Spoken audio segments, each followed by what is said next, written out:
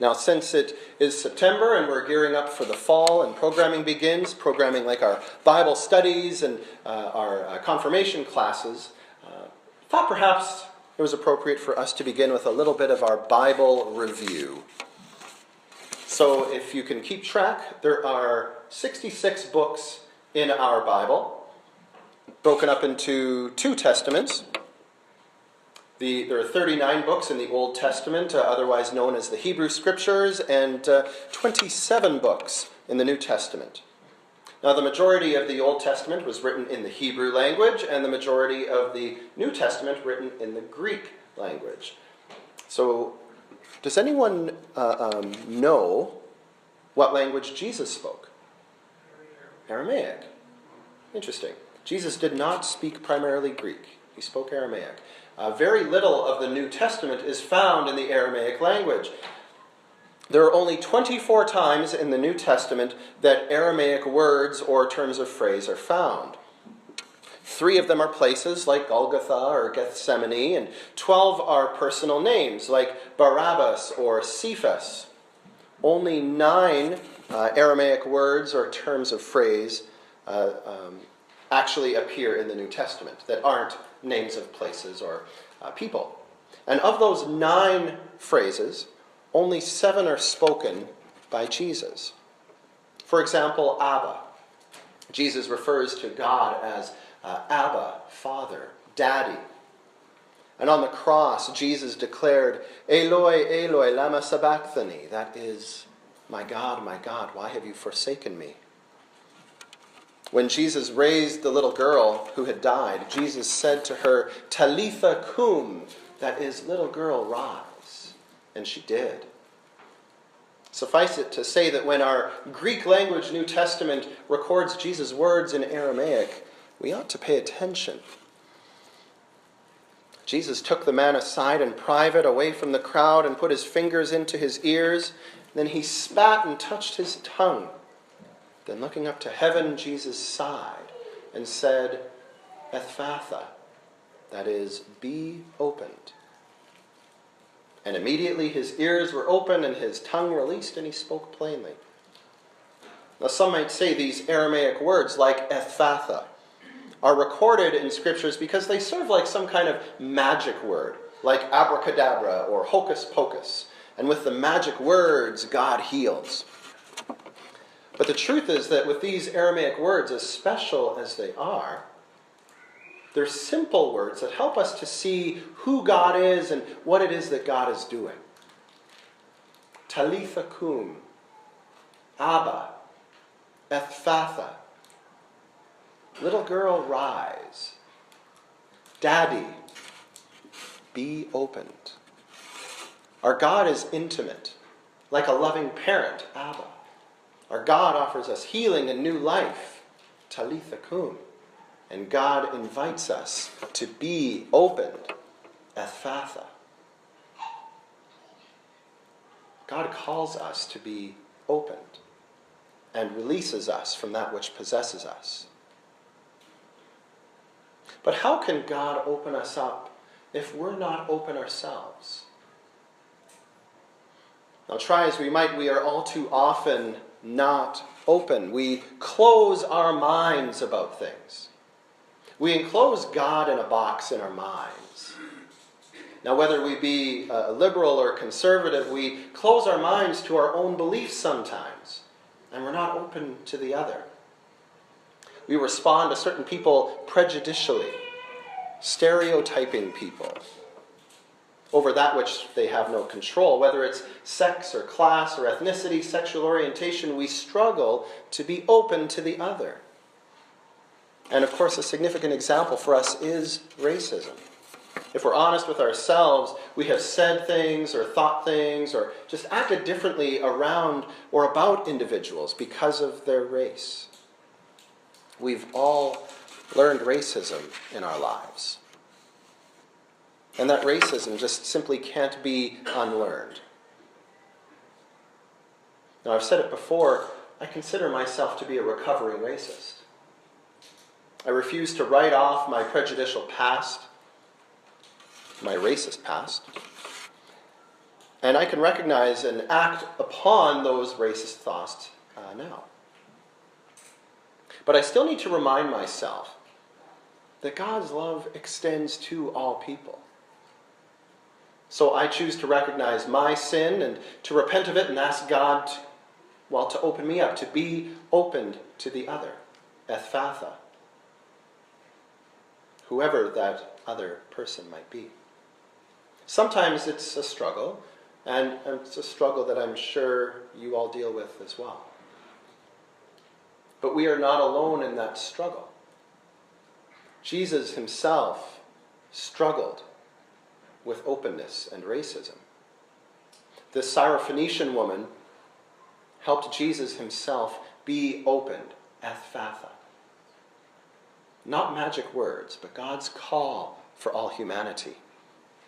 The Syrophoenician woman belongs to a race and a religion that was not exactly well tolerated by the Jews. And she dares to ask Jesus for this demon to be released from her daughter. She has two reasons to ask Jesus for healing. One, because, her daughter needs it. And two, because she believes that Jesus has the power to heal.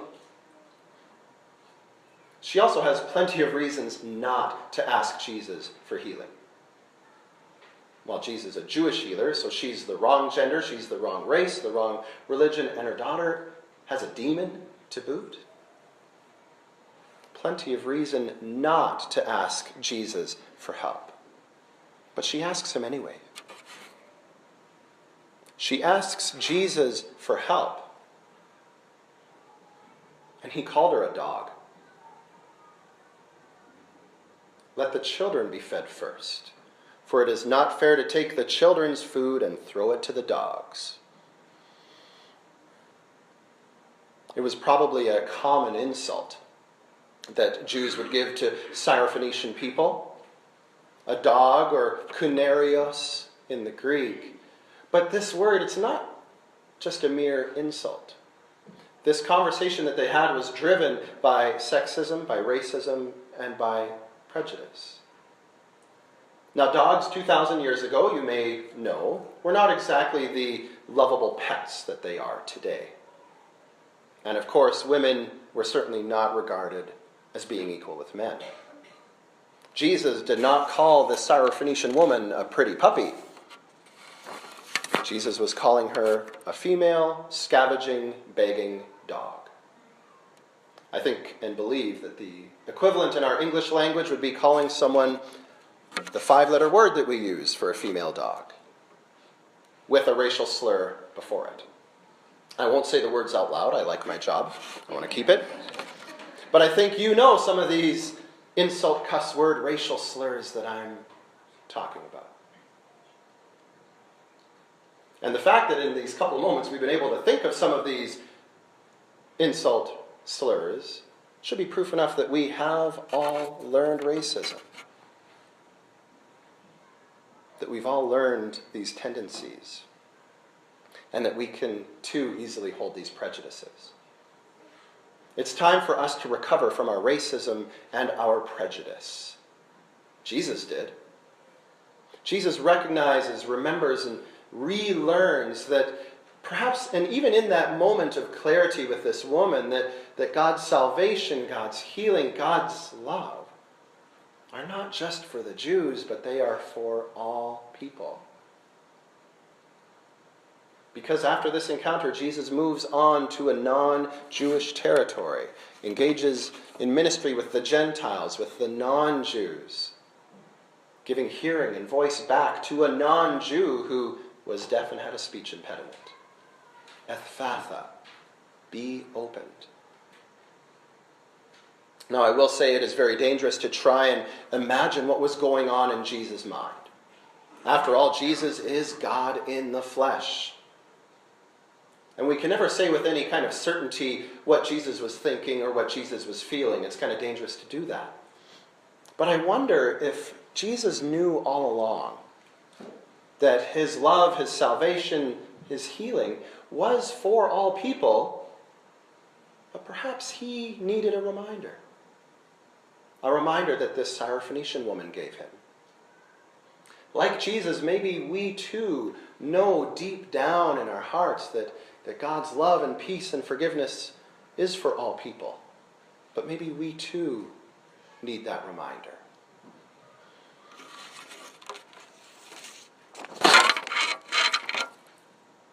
May we be reminded that this is not the place where we say, let the insider children be fed first, for it's not fair to throw the children's food to the dogs.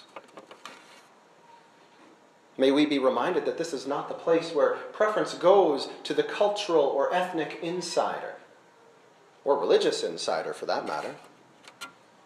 This is not the place where we are fed before everyone else. This is the place where Jesus calls us saying, Ephphatha, be opened. This is the place where God says, all are welcome and invited and valued.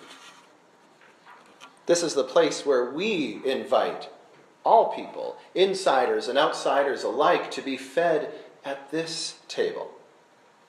Not for our own personal or our congregational gain. We don't do it. It's not to help to pay our bills or to increase our numbers or to make our church look special. This is a place where all are welcome and invited and valued, because that's how God works. Ephphatha.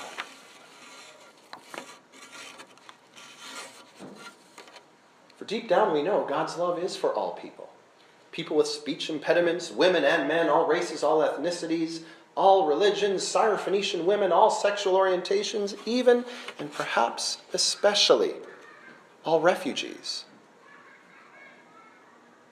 Refugees who are the ultimate cultural outsiders, the ultimate religious outsiders in our world today.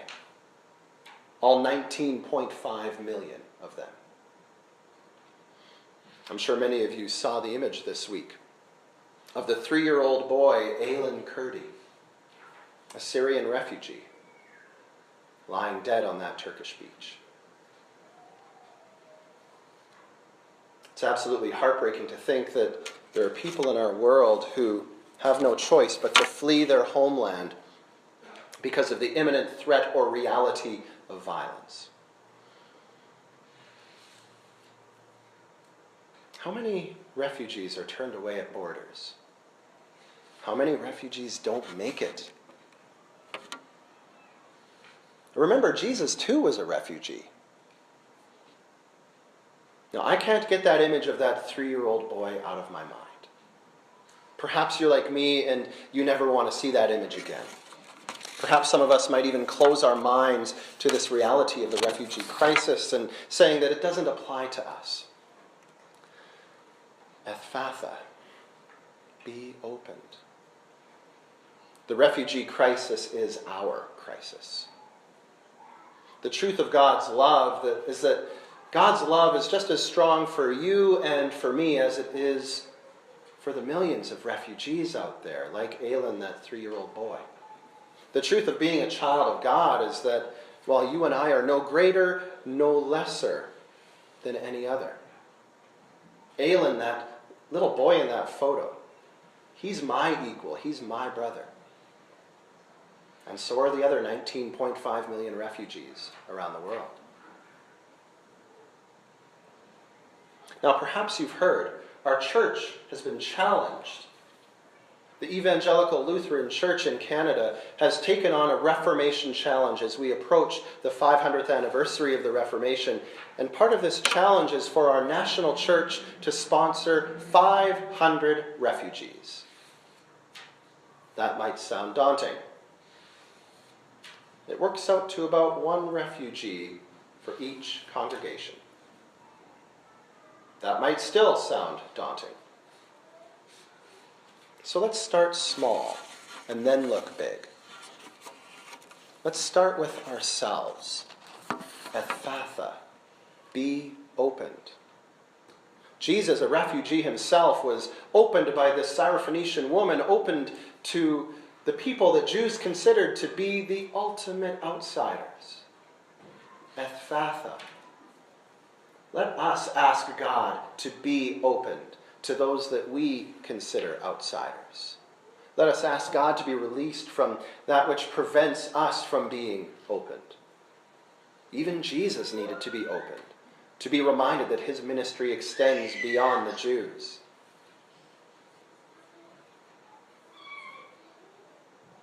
Those who saw it were astounded beyond measure, saying, Jesus has done everything well. He even makes the deaf to hear and the mute to speak. You know, in hindsight, I believe it's even more astounding that Jesus himself, God in the flesh, could be opened. And if Jesus can be opened to a new outsider, then by God's grace, so can we. Ephphatha. Thanks be to God. Amen.